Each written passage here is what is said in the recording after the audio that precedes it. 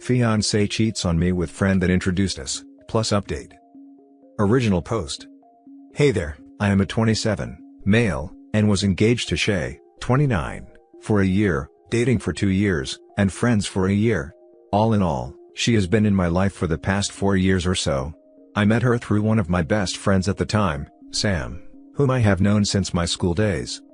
So to start this off, how I was introduced to Shay was during our yearly planning for Electric Daisy Carnival, in which Sam had told me he had one more person he would like to bring so we could make sure we had the right amount of tickets.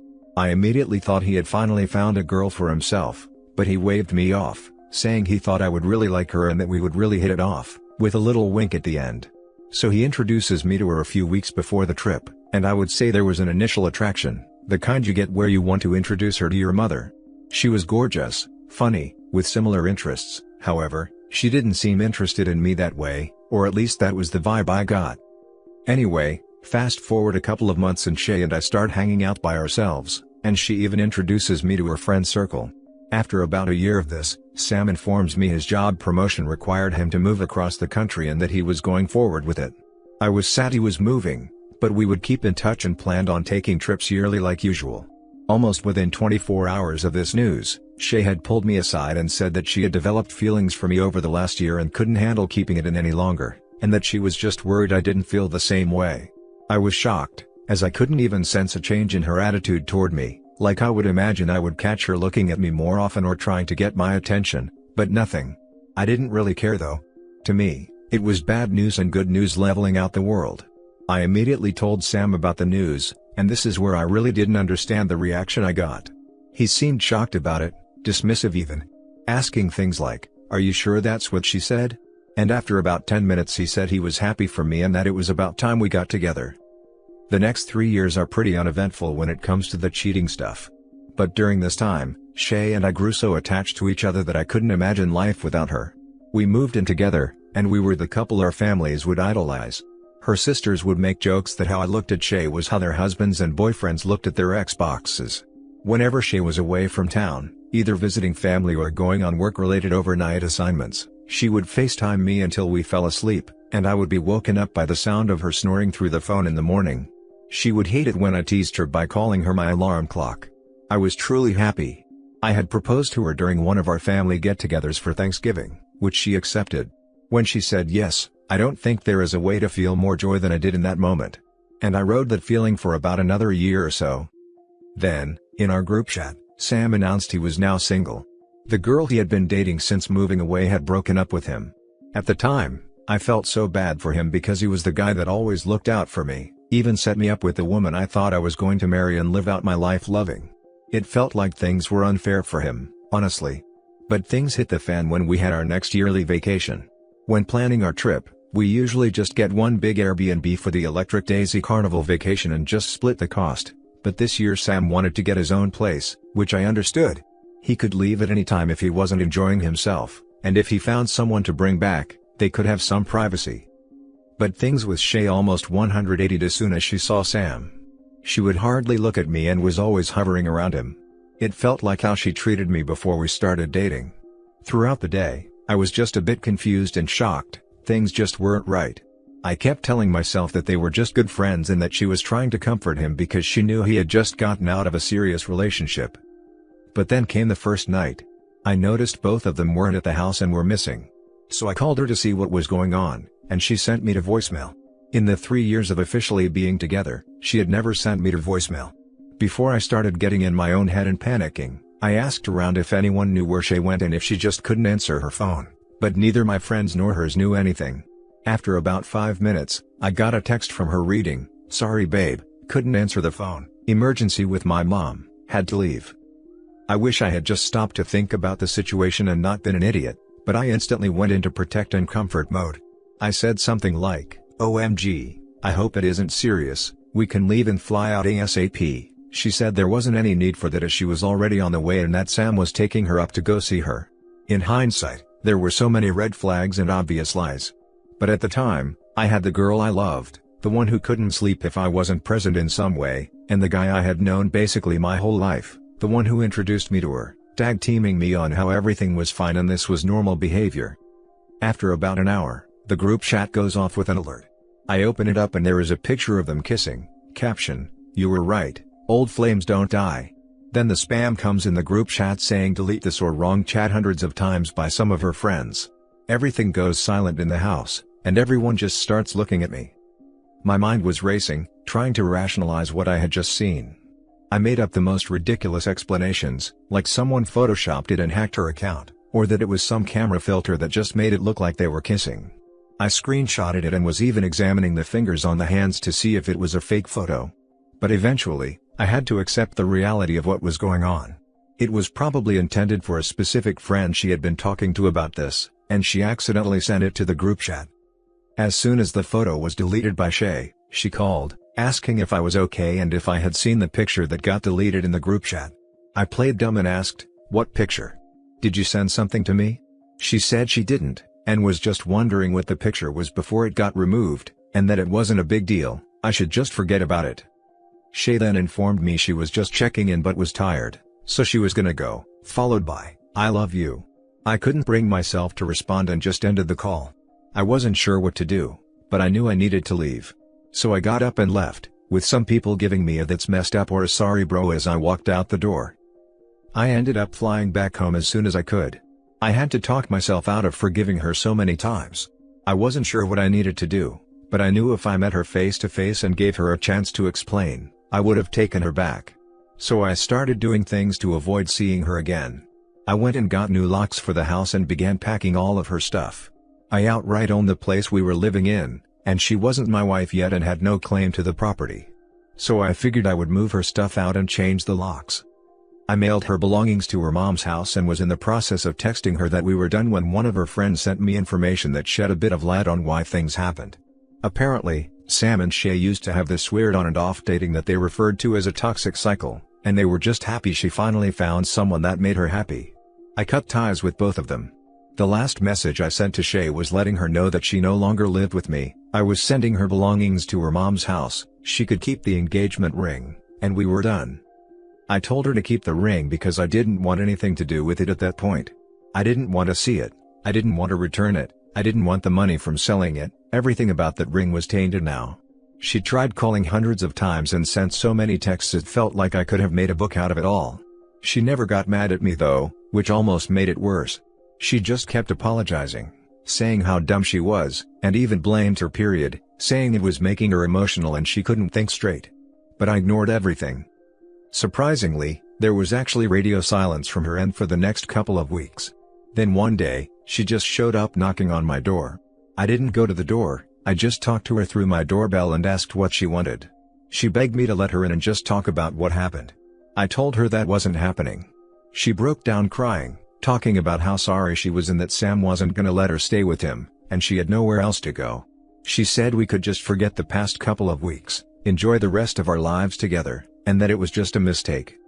After hearing this, I couldn't contain myself anymore and really educated her on what she did to me.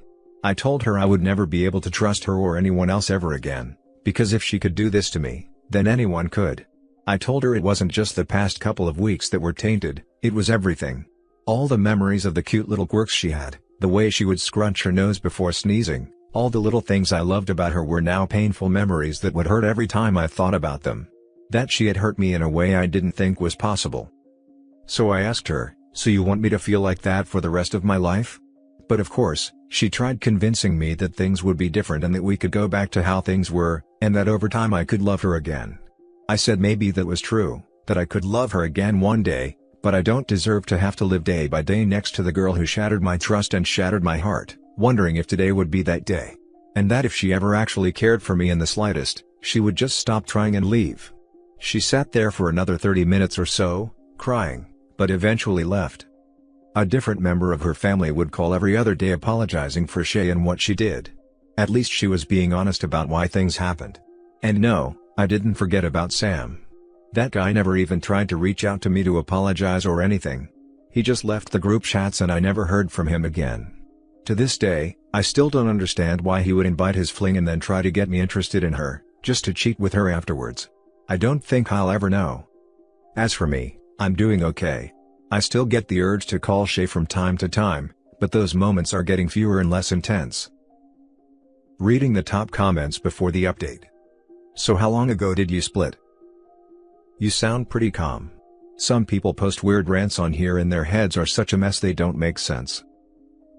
Yeah, I understand that. It's been roughly 3 months. I didn't think I made much sense with how much info I had to convey, but I'd be lying if I didn't waste all day here writing it. But it was kind of therapeutic writing it all down. And thank you. Those 2 weeks when she wasn't trying to reach you were a sex fest with Sam until he got tired of her crap and kicked her to the curb.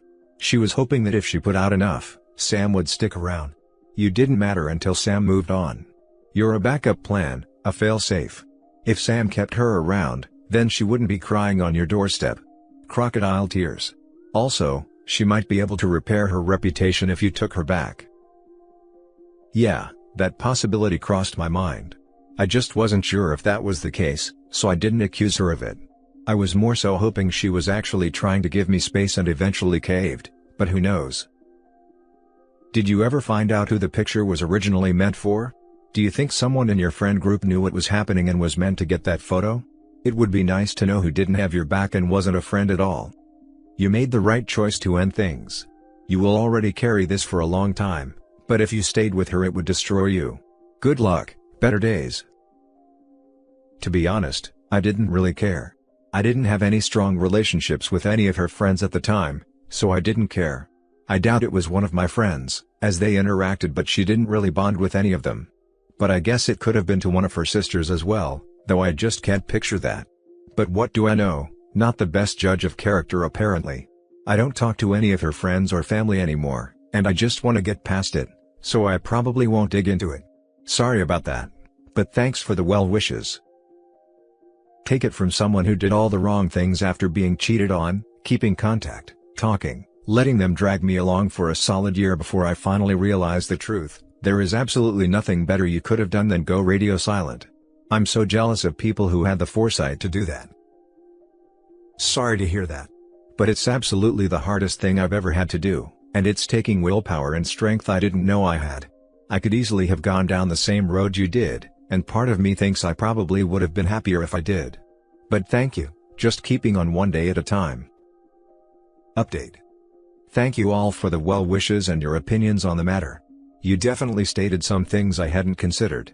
The reason I made this post was because my anniversary was coming up and I just wasn't sure if I could trust my own thoughts, if I was being selfish or romanticizing things.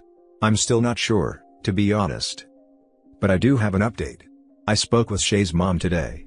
She also knew it was getting around that time and wanted to make sure I was okay. I was honest with her that things were still rough for me. She didn't bring up Shay at all while we talked, so I think she was genuinely concerned about me. I actually asked first about how Shay was doing, and she tried avoiding the subject, telling me it didn't really matter and that I should focus on myself. Great lady. But I couldn't let it go, so she eventually told me Shay had moved back in with them and that she started going to therapy. Her mom told me she just hasn't been the same since. It's been hard to get her to eat or do anything other than sit in her room spiraling. As much as I hate to admit this, hearing about her being in such a state hurt me. I just wanted to hold her and tell her everything would be okay. I'm hopeless. I really do appreciate all the advice and reinforcement from people who have been in similar situations and felt comfortable enough to share with everyone, myself included. I didn't think this was going to be an ongoing event, which is part of the reason I felt comfortable posting in the first place. I am going to be pausing the updates on here, as a lot of the comments helped me understand that regardless of how I feel, I should probably see a therapist about everything. This post has really been time-consuming for me, trying to answer everyone's questions or thank them for their contributions, so I just don't believe I'll be able to keep everything going.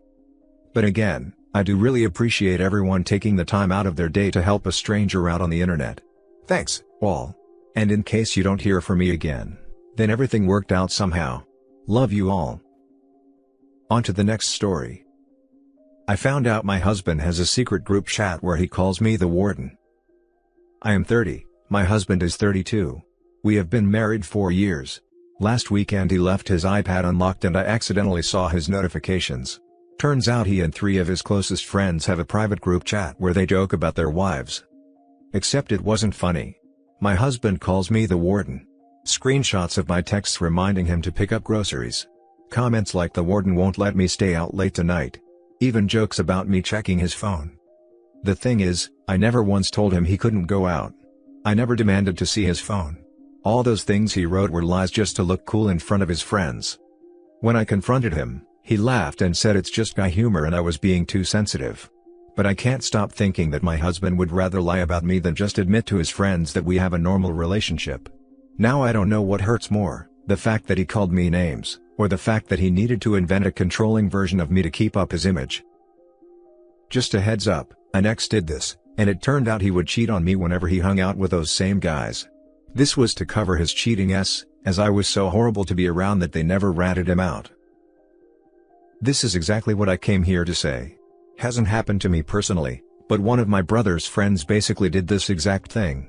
He made out like his wife was a terrible, reprehensible, awful woman that treated him like hot garbage, and he would cheat on her. In the end, it turned out that she was actually really quite wonderful, never tried to minimize his social life outside of her, basically did everything for him, and it was all just a ruse for him to act like a total a-hole around his friends. And his friends never went to her about it. That's the way my ex-husband was. He always said I wouldn't let him do anything and how mean I was. He would be on the phone with someone, and if I asked a question, he would scream at me and ask why I had to be such a bitch, but he did it to make himself look better. He had a friend come into town one time, and when the friend asked if he could hang out, I said I'd be off work in an hour. The friend said, "Why can't you find a babysitter?" I'm like, LOL, it's his kids, he can find a sitter too. I'm at work.